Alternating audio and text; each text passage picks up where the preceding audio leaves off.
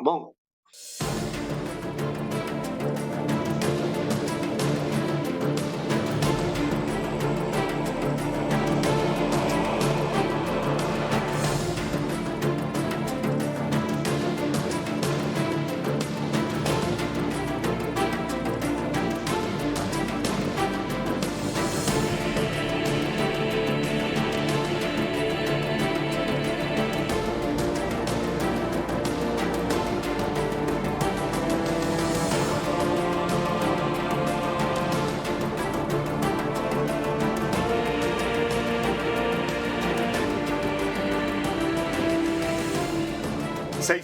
6 de julio del año 2023, son las 6 de la tarde, un gusto saludarle a través de TSI en su programa Día Político. Hoy vamos a abordar un tema muy importante y un tema que ha estado abandonado.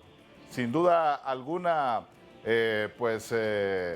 los invitados vamos a abordar este tema muy importante, son el tema de las reformas electorales, lo que tiene que hacer el Congreso Nacional en esta parálisis legislativa después de este receso, supuestamente a partir de mañana, no es que van a comenzar las sesiones, sino que van a empezar una especie de, si se anuncian o no, las sesiones del Poder Legislativo. Es un gusto saludarle a través de Día Político. Esta tarde-noche saludamos al abogado Fernando González, analista político de Honduras, y también al abogado Octavio Pineda, catedrático de la máxima casa de estudio y también miembro del Partido Liberal de Honduras.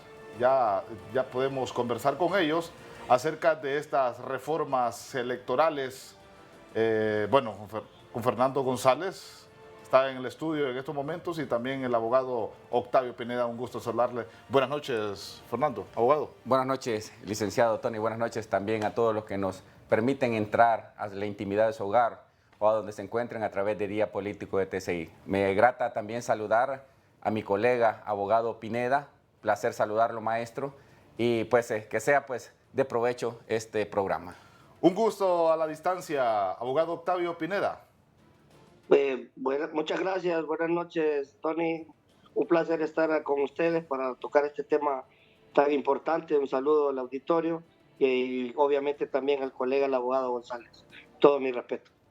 Bueno, como les decía anteriormente, es un tema que ha estado abandonado en la palestra pública. Hemos tocado temas del fiscal general, hemos tocado temas de la Corte Suprema de Justicia, de la misma parálisis legislativa. ¿Por qué usted cree que este tema ha estado escondido en el Congreso Nacional, siendo un tema muy importante, abogado Fernando? Evidentemente, un tema de país, un tema que ha estado oculto en lo que es la agenda legislativa. Evidentemente, es de tomar en cuenta de que aquellos que alguna vez eran oposición ahora son oficialistas, y que quizás puede ser una estrategia por un artilugio, quizás para poder hacer las mismas situaciones que han venido como un cáncer metástico a finales de cada elección primaria y elecciones generales. Evidentemente, solo son 3 reformas que se tienen que hacer: una ciudadanización de mesa, un voto electrónico y, ¿por qué no decir, una segunda vuelta o balotaje? Con esas 13 reformas electorales, créalo que quedaríamos satisfechos todos los hondureños, para que se respete la voluntad soberana del pueblo expresada en las urnas. ¿Por qué? Porque casi en el devenir de estos últimos 20, 25 años siempre se ha alegado fraudes electorales, y eso es lo que ha costado también vidas humanas, sangre inocente, porque la gente no coincide en realidad de que no se valga el voto que esta persona hizo en las urnas. Y estamos a tiempo, abogado Pineda, en el Congreso Nacional, con todos estos atrasos que han habido, de tocar este tema de reformas electorales. Desafortunadamente estamos contra el tiempo, y vale decir que la problemática del Congreso es grave, porque no existe en la presidencia del Congreso la capacidad de negociación y la capacidad de tolerancia para dirimir estos temas y los conflictos del Congreso de manera expedita, y eso perjudica la agenda legislativa, obviamente, y este tema, que es un tema de total importancia para el pueblo hondureño. Yo comparto con el abogado González que hay reformas que son inmediatas, como la segunda vuelta, la ciudadanización de las mesas, el voto electrónico. Yo incluso agregaría a esa reforma la separación de la elección de presidentes con la de alcaldes y diputados, y otras que inclusive en el transcurso del tiempo, cuando el diálogo político se inició con PNUD, el Partido Liberal presentó. Fueron alrededor de 27 reformas. Yo fui parte de la comisión que las presentó, Y obviamente tenemos que ir perfeccionando nuestro sistema electoral, pero estamos corriendo contra el tiempo y desafortunadamente no vemos en el Congreso la capacidad ni vemos la celeridad necesaria para que estas reformas se aprueben, porque recordemos que tendrían que aprobarse este año y tendrían que ratificarse en la siguiente legislatura. Miren, yo sinceramente, así como está la situación en el Congreso, sinceramente veo muy lejos esto de las reformas electorales, porque como decía Fernando González, el abogado Fernando, no sé por qué antes cuando eran oposición decían una cosa y ahora no sé por qué no hablan de eso, ¿verdad, Fernando? Evidentemente, y hemos visto un Congreso donde se hacen más muros que puentes. O sea, hay más situaciones donde hay más choque que en realidad, y comparto lo que dice el abogado Pineda, que en este caso quizás no hay una voluntad política dentro de lo que es el seno de la Junta Directiva, que en este sentido pues tiene el deber y la obligación, por es el que lleva la agenda, y que en este caso, ¿verdad?, temas sensibles de país, como es en este caso lo que son reformas electorales, no se miran en el devenir próximo, y como dice el abogado Pineda, en este sentido estamos ya contra el tiempo y esta carrera galopante va porque ya en el 2024 ya lo tenemos a la vuelta de la esquina, ya el 2024 se tiene que hacer el llamamiento para las elecciones primarias para el 2025, para que subsecuentemente vengan las generales, pero si no se hacen las reformas electorales en tiempo y forma, es decir, en el 2023, difícilmente, ¿verdad?, se van a tener reformas para el 2025. Somos de los pocos países que vamos a un aula de clases, marcamos elegimos a las autoridades a través de esta representación. En otros países, ya adelantado, abogado Pineda, se hace el voto electrónico y funciona verdaderamente. Bueno, aquí hay que analizar varias experiencias. Le diré que en Latinoamérica las experiencias no han sido tan favorables. En los Estados Unidos incluso han habido problemas en esta última elección en la que ganó Biden por ese tipo de tecnología que no se aplica correctamente. Pero independientemente de eso, yo creo que lo importante aquí, lo más importante de las reformas es el tema de la segunda vuelta, porque recordemos que las últimas 3, 4 administraciones han sido electas, incluyendo la de Xiomara Castro, por solo el 33% de la población votante. Quiere decir que 1/3 de la población elige y 2/3 posiblemente están en contra o no votan, simplemente porque ya no confían en el sistema electoral y el sistema de partidos en Honduras.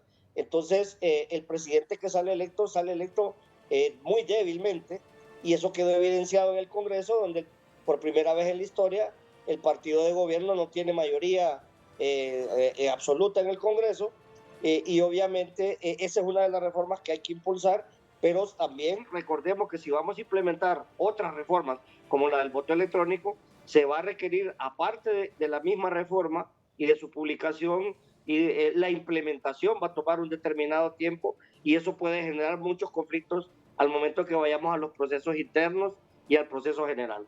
¿A quién no le convienen las reformas electorales, abogado Fernando? Bueno, yo creo que no le conviene a toda la institucionalidad, no le conviene a los que están en el poder. ¿Por qué? Porque en este sentido tienen la manera cómo manipular y cómo seguir en el poder. Por eso es que yo vuelvo, reitero y repito, hay situaciones que aquel partido que ahora es oficialista y que en aquel momento era opositor fustigaba, señalaba y decía, ahora es el momento idóneo, oportuno para que en este caso, ¿verdad?, puedan poner el proceso como tal, en este caso las reformas electorales, y brindarle, vuelvo otra vez y se lo digo, respetar la voluntad soberana del pueblo expresado en las urnas. ¿Por qué? Porque a medida vayamos democratizando lo que son las urnas, de esa medida vamos a tener las personas que de verdad se eligen a través del voto universal. Ahora bien, el Partido Liberal han abordado este tema internamente, abogado Pineda. Sí, se discutió en el Central Ejecutivo pasado, del cual yo fui el secretario general, y se está discutiendo en este Central Ejecutivo, esta vez no como secretario general, sino como secretario de Formación Política. Hemos hecho hincapié al presidente y a los demás compañeros del Central Ejecutivo de la importancia de estas reformas. Hay conciencia dentro del partido de esto, y yo comparto lo que dice el abogado González, en el sentido de que aquellos que en el pasado fustigaron el problema de las elecciones y plantearon que había que hacerle reformas, ahora, como no les conviene, no las quieren sacar adelante. O sea, no hay voluntad política ni en el Ejecutivo y tampoco en el Legislativo de sacar adelante este tipo de reformas, porque ellos saben que además de eso, la presente administración se ha desgastado velozmente y todas las encuestas de opinión que usted revisa, lo que se mira es que la posibilidad de que Libre en la próxima elección gane al día de hoy no es factible y por lo tanto van a entorpecer el proceso y van a buscar una manera que les permita a ellos mantenerse en el poder. Volviendo a este tema del voto electrónico en estas reformas electorales, abogado Fernando González, ¿Honduras verdaderamente está preparada para este voto electrónico, tomando en cuenta la tecnología que no llega al rincón allá, no sé, mencionarle alguna aldea de Honduras donde no hay internet, donde todavía no hay energía eléctrica, o esta gente sería la excepción en las elecciones, bueno, por ejemplo? yo creo que para todo puede haber una respuesta, licenciado. No sé si comparte conmigo también el doctor Pineda. Yo creo que sobre lo que es el voto electrónico se puede hacer como un proyecto piloto en las principales ciudades, pero lejos de todo eso, yo creo que también el Consejo Nacional Electoral tiene iniciativa de ley. No todo se lo dejemos a lo que son los diputados, abogado Pineda, sino que también el Consejo Nacional Electoral tiene esa capacidad de iniciativa de ley, ya lo dice la Constitución, no lo dice ni usted ni yo, sino que la Constitución lo dice y que en este sentido tiene que residir también la voluntad política que puede existir en este caso a través de lo que son los comisionados que están en el ente electoral para impetrar, solicitar a través del Congreso Nacional las reformas pertinentes. Que se tenga capacidad tecnológica o tecnología de punta, siempre se ha contado quizás con las empresas internacionales que puedan vendernos estos servicios, que no sea Mapa Solution otra vez, que no sea otra institución que no goce de la garantía de la capacidad instalada, para que no volvamos a repetir lo que hemos venido pues viendo al final de lo que son los resultados a través de las elecciones generales y las elecciones primarias. Y usted ha mencionado algo muy importante. ¿Qué estará haciendo el Consejo Nacional Electoral? Se le aprobó un presupuesto el año anterior, se le aprobó otro presupuesto este año. ¿Verdaderamente está impulsando alguna iniciativa ciudadana para, como por ejemplo, las reformas electorales, este voto electrónico? Después de la pausa comercial seguimos conversando con nuestros invitados.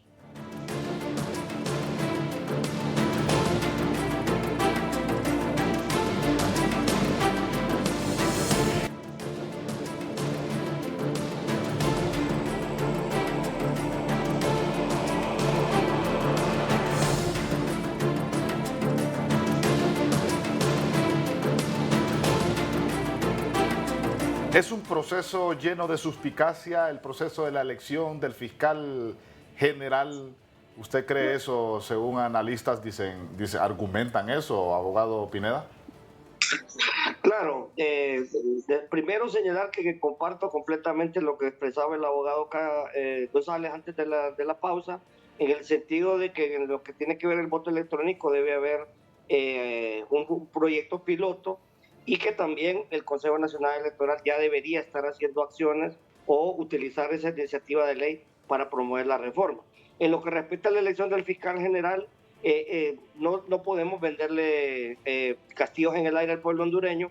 Va a ser una elección política, ya es una elección política porque inclusive la misma junta proponente fue manipulada de alguna forma y ya existen personas ungidas por los cúpulas partidarias para ocupar tanto el cargo de fiscal general, fiscal adjunto e inclusive la Dirección General de Fiscalías.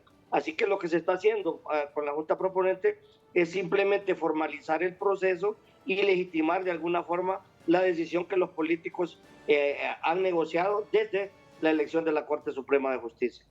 Me mencionaba usted, abogado Fernando, sobre una imagen híbrida, una figura híbrida. ¿De qué se trata? Evidentemente, el ejercicio es un ejercicio meramente pues, cívico, con donde 26 colegas pues, apuestan a llegar a ser los ungidos de los 5 que puedan llegar a la lista. Sin embargo, el Partido Nacional dice que no va a aceptar por parte que sea un fiscal o un fiscal adjunto que sea Libertad y Refundación, que sea afín a Libertad y Refundación, versus el Partido Libertad y Refundación apuesta que no sea de uno del Partido Nacional. Evidentemente puede haber una figura híbrida, en este caso se ha mencionado bastante y no lo vengo a promocionar, al abogado Marco Antonio Zelaya. Se ha escuchado bastante a Marco Antonio Zelaya, ¿verdad?, en el devenir de toda esta semana, que puede ser del paladar de 3 o 4 bancadas que conformarían la mayoría. Si esto solo se trata de la voluntad, en realidad, de 2 bancadas fuertes, que podría ser la bancada del Partido Libertad y Refundación y la bancada del Partido Nacional. Pero no es de desechar tampoco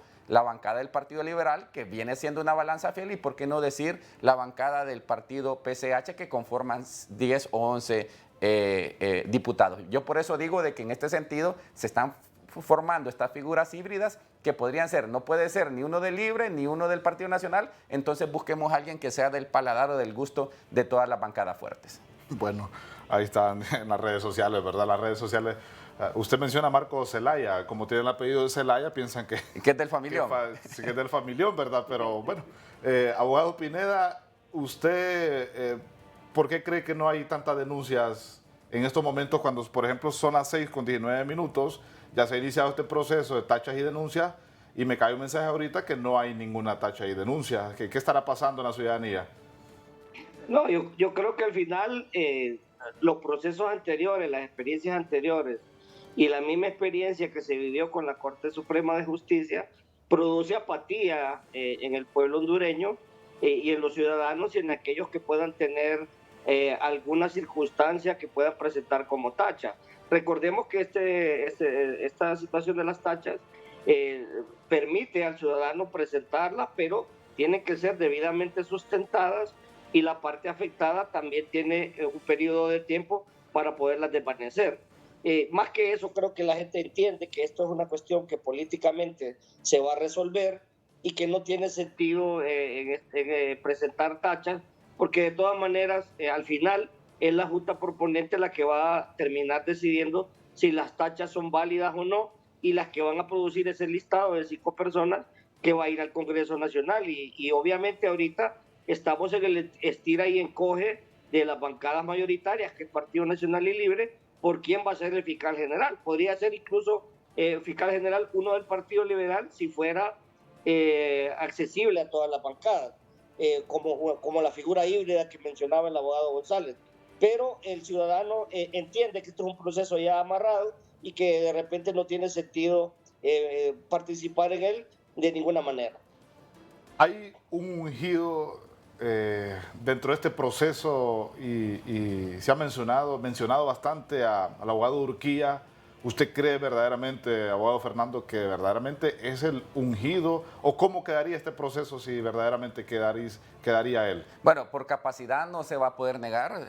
Todos los que están tienen esa capacidad para poder llegar y dar esa persecución penal. Evidentemente, pues todos tienen un tinte político. Evidentemente, si algo viene de Libertad y Refundación, créalo que no va a contar con los 41 o 42 votos que pueda tener el Partido Nacional. Algo que venga del Partido Nacional no va a tener la bendición o el visto bueno de los 50 que pueda tener, o 51 que pueda tener el Partido Libertad y Refundación. Comparto lo que dice el doctor Pineda, que inclusive puede ser un liberal.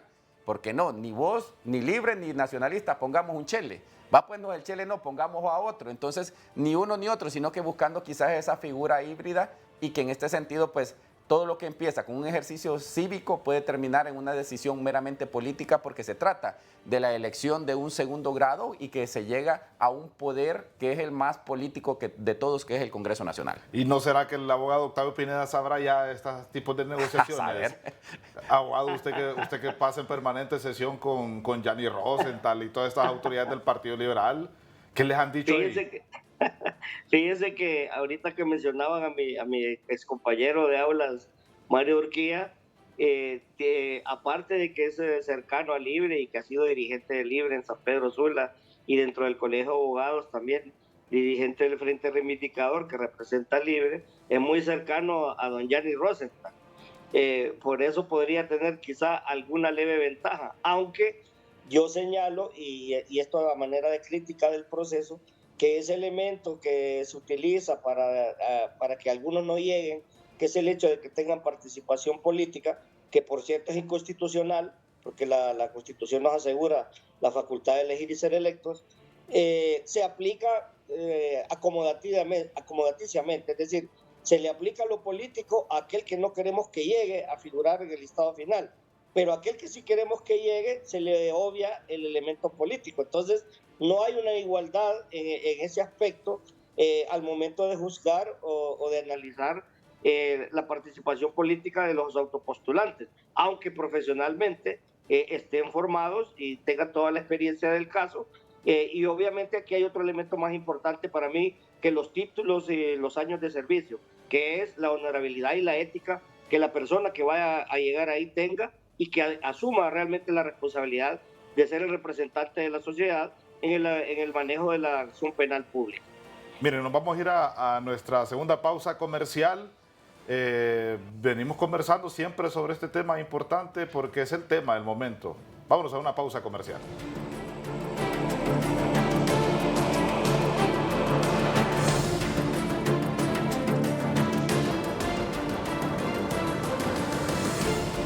Muy bien, seguimos aquí en Día Político. El hecho de que se presenten denuncias o tachas en este proceso de la elección del fiscal general no significa que van quedando fuera, ¿no? Para aclararle al pueblo hondureño sobre esta situación, porque en el proceso anterior la gente pensaba que era así.